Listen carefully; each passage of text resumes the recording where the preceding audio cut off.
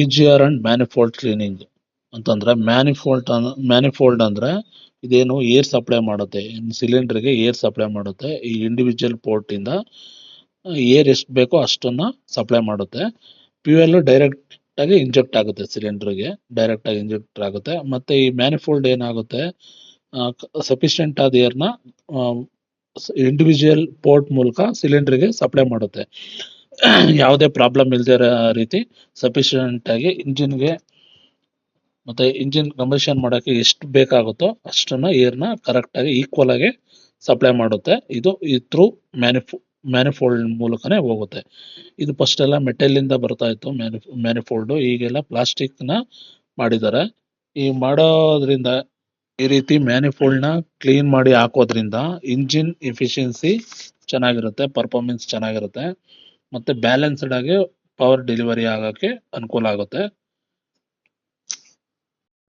ಮ್ಯಾನಿಫೋಲ್ಡ್ಗೆ ಎಲ್ಲಿಂದ ಏರ್ ಬರುತ್ತೆ ಅಂತಂದ್ರೆ ಏರ್ ಫಿಲ್ಟರ್ ಮತ್ತೆ ಇಂಟರ್ಕೂಲರ್ ಇಂದ ಇಂಡಿವಿಜುವಲ್ ಪೋರ್ಟ್ ಮೂಲಕ ಮ್ಯಾನಿಫೋಲ್ಡ್ ಒಳಗಡೆ ಎಂಟ್ರಿ ಆಗುತ್ತೆ ಏರ್.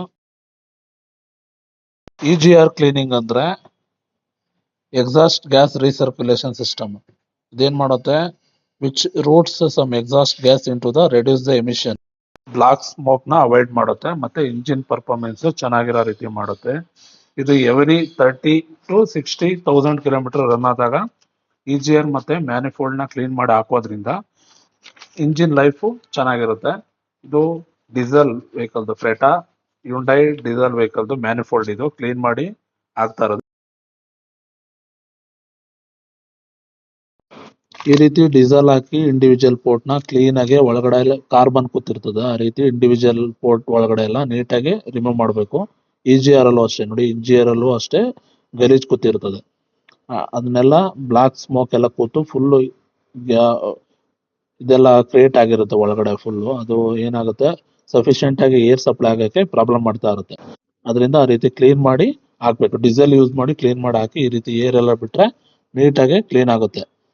ಈ ರೀತಿ ಏರ್ ಬಿಟ್ಟು ಕ್ಲೀನ್ ಮಾಡಿದಾಗ ಪೂರ್ತಿ ಒಳಗಡೆ ಏನು ಇಲ್ಲದೆ ಕ್ಲೀನ್ ಆಗುತ್ತೆ.